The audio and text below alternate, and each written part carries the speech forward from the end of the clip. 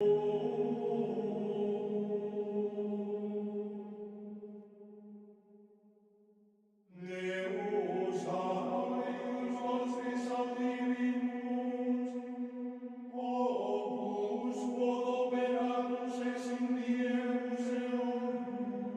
parish orphans and retrogrades.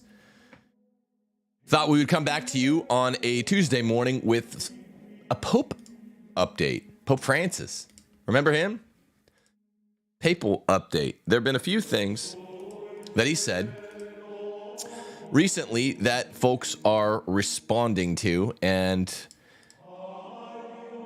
as you're leading papal commentary, I thought I would weigh in. So the first one goes like this. For a little girl growing up Catholic today, will she ever have the opportunity to be a deacon and participate as a clergy member in the church? No. So you hear that? He says no. And folks out there are celebrating that Pope Francis says no. What could be the meaning of him saying no to this, aside from him meaning no? Isn't this a done deal? Well, you have to listen further in the interview. Here's what he actually said. We don't stop it there.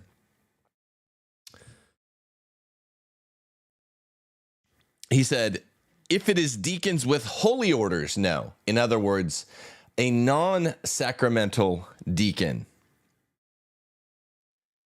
He goes on to tell Nora O'Donnell, CBS News, women have always had, I would say, the function of deaconesses without being deacons, right?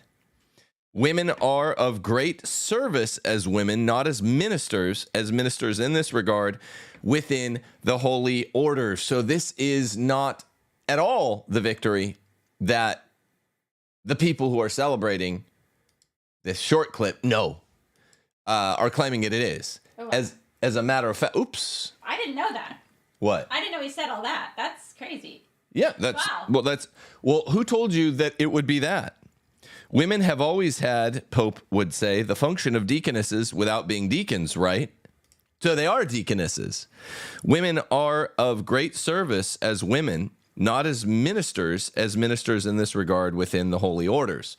Was there somebody out there, anywhere on planet Earth, that told you Pope Francis, I anticipate before October's synod, would officialize, institutionalize, magisterialize women deaconesses who are non-sacramental? They'll do, ergonomically speaking, all of the things that a sacramental real deacon will do, but they will be called deaconesses. They will be stipulated as non-sacramental, and they will be deaconesses, but non-sacramental. Has anyone told you this anywhere on the internet? Does anyone understand the mind and the workings of Pope Francis? We need that Jeopardy tick-tock, tick-tock, tick-tock music. Yes, that tick-tock clock will end with me saying, I'm sorry to be triumphalistic. This is precisely what I told you. I told you on September the 30th and again on October the 2nd of last year, before that synod started, the 2023 synod, this is exactly what he's going to do. I've replayed the clip several times, and I've told you, of course, Pope Francis will not make them sacramental deacons. This is why the man uses footnotes, attachments, subterfuge. But they will do everything that male deacons do. Remember, there's this whole really valuable, very academically alive debate to be had about the permanent male diaconate. After Vatican II, we we didn't really have a permanent male diaconate before Vatican II. So what do male deacons really do? Sorry, I know there are going to be people that don't like ragging on permanent male deacons, but what do they really do? They don't do that much. It's not that recognizable, but they're ergonomically speaking, they're going to give functional fungibility to the deacons and the non-sacramental deaconesses. And man, it's just, look, the reason that you gloat a little bit is because you're not necessarily a cocky person. I know that goes against what you've been told, but I don't always think, I'm a confident guy, but I don't always just go around thinking there's no way I'm wrong. There's no way I'm wrong. I make these prognostications publicly, take credit for them in time, talk smack before you're up by a 10-point lead, when the score is 0-0, or even when we're behind. That the way MJ says you're supposed to talk smack, right? Don't talk smack when you're up by 10 or 15 points. Talk smack when you're behind or the score's goose egg. And I told you last time, I said, this is what's going to happen before the 2024 October Synod. That's what today's show is on. I'm also going to touch on a couple other papal quotes of late, or at least the Holy See speaking. So get ready for that. But to me, this is pretty straightforward stuff. It's pretty straightforward stuff. I do want to shout some love out to Real Estate for Life. Go to www.realestateforlife.org, where a pro-life, probably pro-Catholic person will help you, the consumer, to find a great home in a red state. So get out of your blue state if that's where you live and get to a red state. What do I say to folks that already live in red states? Well, if you're going to move, go to realestateforlife.org. But I'm really concerned with those conservatives and Catholics who live in blue states. Get the heck out. Get to a red state. Go to www.realestateforlife.org today. Also, we could really use your prayers and your viewer support and your financial support. If you would, please consider becoming a patron of this channel. Before you do that, like, subscribe, click the notification bell on this video. But once you do that, consider supporting this channel. Now, I don't do it on Patreon anymore because I got kicked off of Patreon, just as I lost a job in real life for speaking the truth. But I am on Locals and Subscribestar. You can connect to both today. You can also send donations to the P.O. box you see on, those are just donative. That's different from Subscribestar and Locals. Yeah, so you can send in donations there to the P.O. box on timothyjgordon.com, or you can click donate there. That's just if you want to help the man and his family. That would be myself. A lot of people know the Abbey saga, and they have a strictly donative intent. They're not looking to get something in return the way you get on the Patreon model, Locals and Subscribestar. But if you like that idea, we're trying new things, specifically on Locals and Subscribestar. If you want to support us there, a new feature is we're going through every chapter of the Lord of the Rings trilogy. We're in the middle of Two Towers now. We go through it on Wednesday nights. And if you weren't with us live for Fellowship, the first third of that trilogy, then those are all up, recorded for you to watch anytime you want. That's only for Locals and Subscribestar patrons. Another new feature we just started is called Behind the Scenes Behind My House, where on Saturdays, I discuss the 3 shows from the week. And it's a quick update, but I give the trusted insiders the scoop on if I interviewed someone. Here's some extra stuff we say. If I talk about, Harrison Butker, well, here's some extra stuff I know. Here's a little extra tea, or just a little extra analysis on each show. Last week, I think I did 3 Harrison Butker shows. So I just said, here's a little more sort of decompression insight. You get decompression insight 4 or 5 days after something happens. I do the shows pretty much as soon as I can. So I did some decompression insight. That was the first one I did. That's a new Saturday feature. People loved it. And it's summer in South Mississippi, so it's the pond behind my house with deep forests behind me. People loved the ethos. It's a lot of fun. It was what I was hoping it would be. Locals and subscribe stars where you can support this show. Okay, so let's actually, before we get out of the topic, let's see what Cardinal Hollerich, who's really in charge of the synod, says about women's ordination. There's an article up yesterday on Catholic World Report. Cardinal Hollerich urges caution, dialogue on women's ordination. And the article begins thus. In a new interview, Cardinal Jean-Claude Hollerich suggested that the church's position on female priests is not set in stone and should be discussed further, at the same time warning of triggering a huge backlash. Now, remember, he's the guy Pope Francis put in charge of the synod, along with Cardinal Gresh. It's Gresh and Hollerich are kind of the two capi de tutti capi, the two heads of all heads. Kind of like Cardinal Casper was effectually the head of the twin family synods. And what happened there? He was the one pushing, that is, Cardinal Casper was the one who had been pushing for about 20 years communion for the divorced and civilly remarried. He was in charge, more or less, of the twin family synods 2014-2015. Pope Francis, in between 2014 and 2015, about-faced, he signaled, yes, I'm going to go for Cardinal Casper's plan. Then in between synods, he said no. He gave out several hard no's. No, I'm not going to do communion for the civilly divorced and remarried.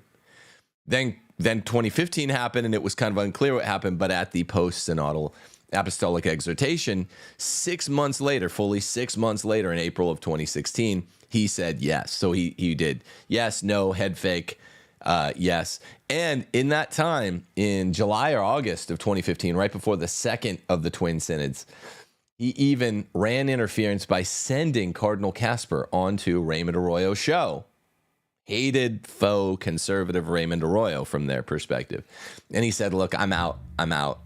Francis wanted to do this, but I've fallen out of favor. I'm out. He's not going to do it. It was a clear no. And Francis was saying a clear no. Does that sound familiar? Cardinal Hollerich is out there. I mean, they're not doing it the exact same way, but it's pretty much the same pattern. Hollerich and Gresh are saying Francis is going to do women deacons, probably even women, maybe even women priests. We've really had the Pope's attention on this, and he's with us, and most of the cardinals and bishops are with us. That's what they've been saying. I'll read you the rest of the article, but I just want to say, at the October Synod, they were very favorable toward it. Francis said some very favorable things toward it. And then in between synods, now's the phase where he's giving the false no, I'm not going to do it. By October, I think they'll turn it around. I don't think this will take a post-synodal apostolic exhortation. And listen to what else Hollerich is saying. It's the exact same pattern. And Francis, right there in that clip I played you, is basically saying what he's going to do. And Hollerich basically said that it would be that last month, that exact pattern we got in the Francis clip. Well, I'm not going to do female deacons as a sacrament, as part of holy orders. What I am going to do is female deaconesses or deaconettes, and they'll do, they'll do pretty much what they've always done, because the word deacon appears in Acts of the Apostles. Susanna and Joanna were deacons. They were just helpers. So it's weird that Francis will make the comparison to, well, women have always been helpers. That's all deacon means in Greek. Throughout the whole church, from Acts of the Apostles onward. But he's also saying, I want to give them heightened powers. So which is it? Is it that you want, is it that you're just making an appeal to tradition? Well, women have always been deacons. Or are you giving them what they've always had plus more than some? Francis is a rhetorician. He's not a theologian, and this is how it breaks down. Listen to what else Hollerich says, the Cardinal Casper of this set of twin synods, really triple synod. Speaking to the official Swiss Catholic portal, cath.ch, on May 17, Hollerich, who is the Archbishop of Luxembourg, said the prohibition against ordaining women was, quote, not an infallible doctrinal decision, end quote, and could be changed over time with arguments.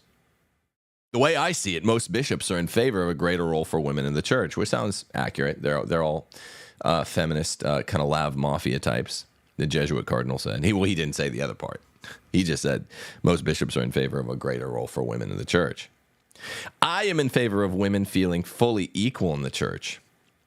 And we will also work towards this. I don't know if that necessarily has to include ordination to the priesthood. You can't tie everything to the priesthood alone. That would be clericalization. So many great points. When asked whether he thought Pope Francis would introduce female priests, Hollerich replied, "It's very difficult to say. The Pope is sometimes good for surprises." Well, yeah, if you're one of these people that takes him at his word, that thinks he's a man of honor, yeah, like all these goofballs on Twitter, online, that are like celebrating, playing the Dr. Dre music, you know, the checkerboard shades. Francis said no. Then he said something after that that's very, very important, that indicates not no. He said, if what you mean is sacramental vocation. Remember, September 30th, October 2nd, I did 2 shows. I might be off by a day, but I think it's September 30th and October 2nd. If you go look at the nearest show to those 2 dates, I think it's those 2 dates exactly. Last year, I said, this is how he will do it. He will do deaconettes. Yes, and I don't have like a cult magical knowledge. I just know this guy. I know how sophists work. He will do deaconesses. They will be non-sacramental. Do you remember this, Steph? Mm-hmm. How explicitly I was saying it? Yeah. I remember going on a walk around our house, and you're like, how are you being this specific? This is very public. I'm not disbelieving you, but how do you know? Steph's always supportive. I'm like, just trust me.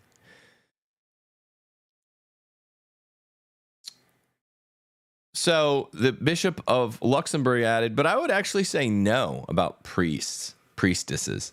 Shortly before the synod, there was a dubia from a few cardinals. Remember that? There were actually 2 sets of dubia from cardinals before last year's synod. They asked whether John Paul II's rejection of the priesthood of women was binding for the church. Francis said very wisely, it is binding, but not forever. And also said that theology would have to discuss this further. Can you get that? It's binding, but not forever. This is doublespeak, and he is a Peronist from Buenos Aires. He's some Spanish-speaking double speaker. And this is what they say. Well, it's binding, which means forever. That's its essential quality, bindingness, but not forever. I mean, I guess it has 2 essential qualities. It can be binding in the present, if we're talking about like a sacramental dictum from the Pope. That can be binding, but not forever. But no, this is not just disciplinary. So he's saying that the women thing is just disciplinary, which is the church should never, listen to me. The Catholic Church should never have had all these distinctions in the Magisterial.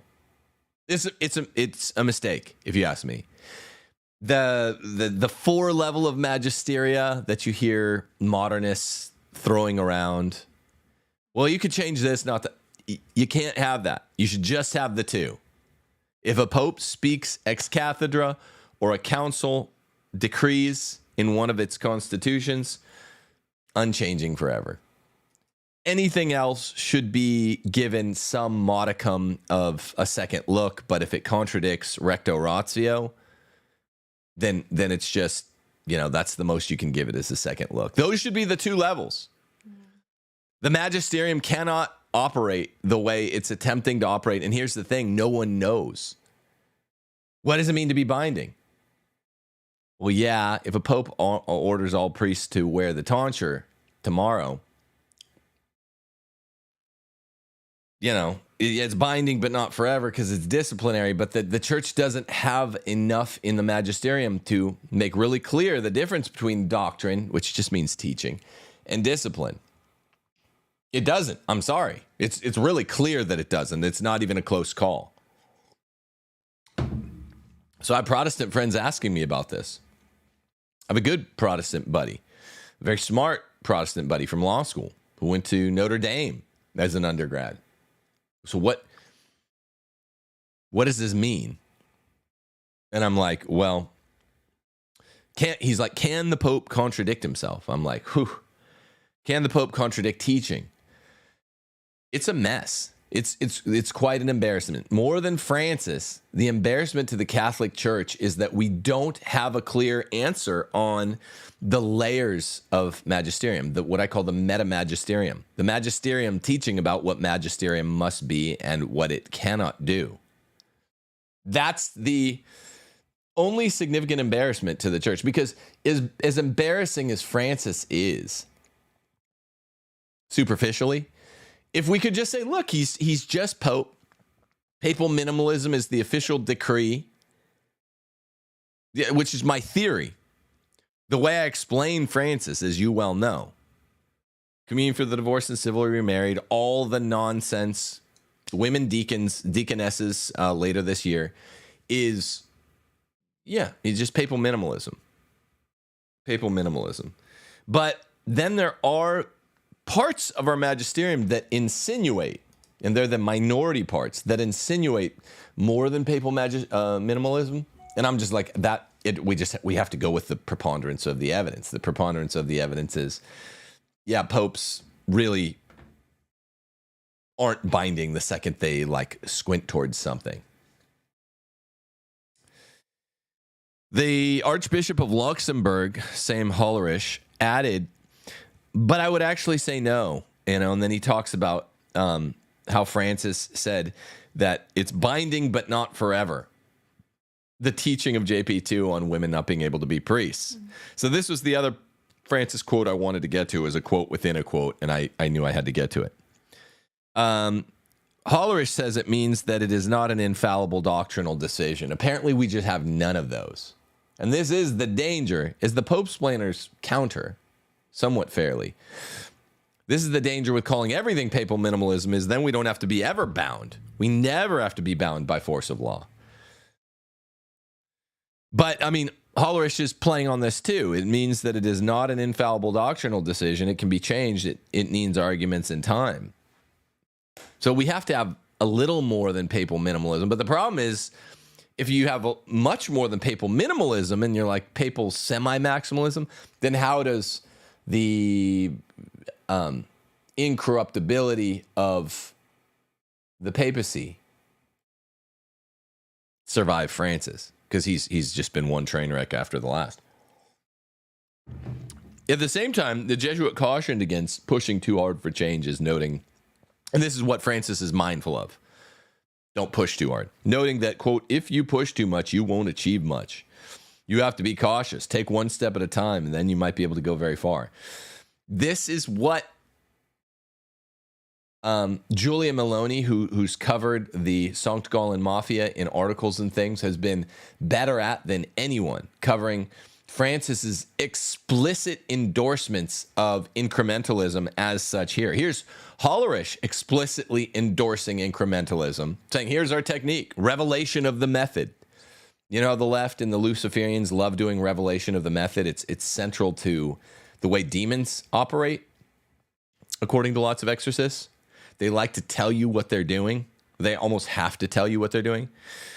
If you push too much, you won't achieve much. You have to be cautious. Take one step at a time. Then you might be able to go very far. This is just them revealing their stratagem, the key stratagem to us.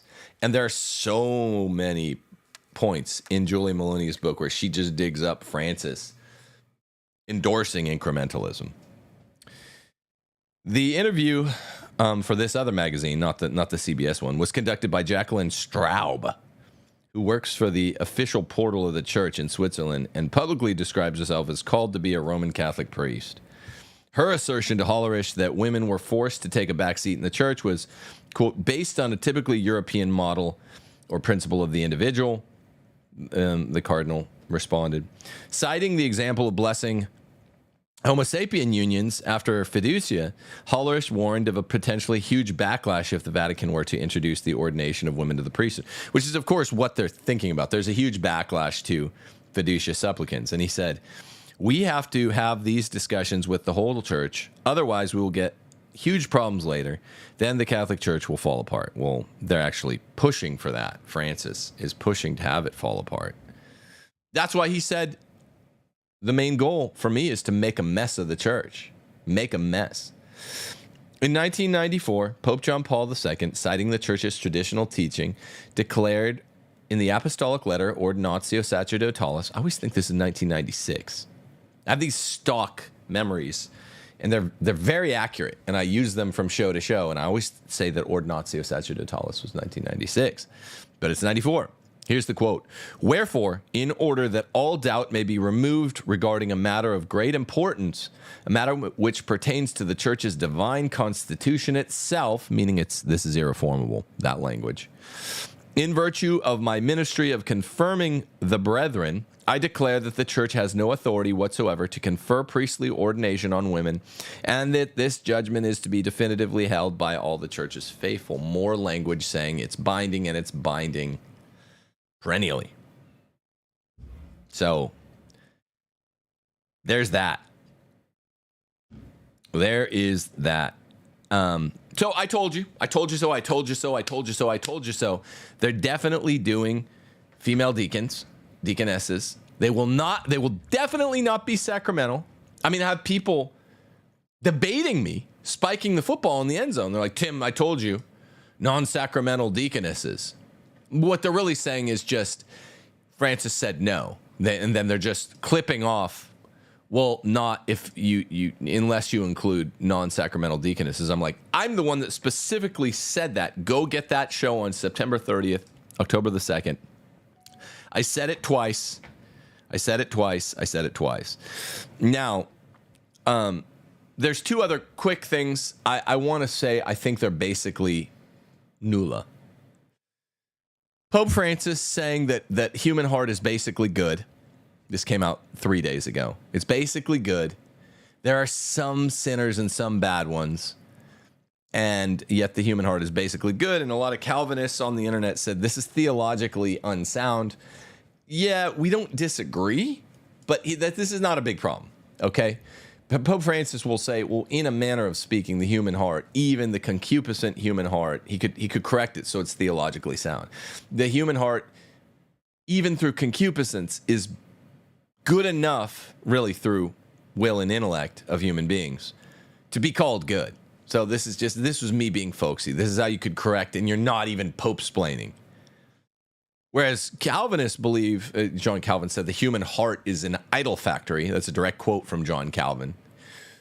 And Calvin believed, remember, that with the fall of Adam and Eve, what happened was not the darkening of the intellect and will, pushing the goodness of the will and the clarity, the perspicacity of the human intellect to nearly the empty marker, but to the empty marker. Catholic teaching on concupiscence, what happened to human nature after the fall, was altered by the fall of Adam and Eve, but it was pushed to near empty, the goodness of the will, the perspicacity of the intellect. So there's a very big difference between we're running around on fumes on an eighth of a tank of what we had before Adam and Eve fell because of feminism. Remember, it was feminism, the original sin. It remains the main sin in all leftisms today. Well, we Catholics believe that there still is goodness in the human will. There still is enough perspicacity in the human intellect in order to cooperate with grace, and then that whole Molinism, Thomism debate on how do you exactly cooperate with grace and all that. And the point is, what Francis said about the human heart's really not actually theologically inaccurate. He's never going to say something that's theologically deep. It's one of those best case Francis scenarios where he says something, it's stupid, but he wasn't trying. The only smart things he says are when he's pushing forward with incremental radicalism. when he's just trying to say something off the cuff that's broadly speaking Catholic, he just states it in a stupid way. And the Calvinists online were like, oh, isn't this a violation? No, it's not. Okay, that's my best take on that, and that's not Cope, because I would never Pope-splain. Now, the second thing from May 17th was on the norms of the dicastery of the doctrine of the faith for proceeding in the discernment of alleged supernatural phenomenon. Tuccio said that in order that the faithful might trust, there would be a nihil obstat or a preoculus habeatur with some clarifications, and that is enough to trust. And then each one believes if he wants, and if he sees it as good for him, he believes or not. But it's a prudential decision. One cannot ask for a declaration of supernatural origin in order to decide in this case, precisely because the risk of declaring the apparition or phenomenon to be supernatural is that of giving it full certitude. So I think this is wrong. Another kind of swing and a miss by the Holy See. I don't think it's as important as everyone's saying, but they're giving themselves, the Vatican is giving themselves latitude, and they're giving the faithful latitude to really blow off apparitions. I'm going to go into it more, maybe in a later show. Not a promise. I want to think about this some more, but it is a whiff by the Holy See. Francis's whiff on the human heart was not a big one. It wasn't a deep one. There's definitely a sense in which both of these things are defensible. You just don't really have to defend them. They don't really matter. What really matters is deaconesses are coming. They'll be non-sacramental, and I told you so on September 30th and October 2nd.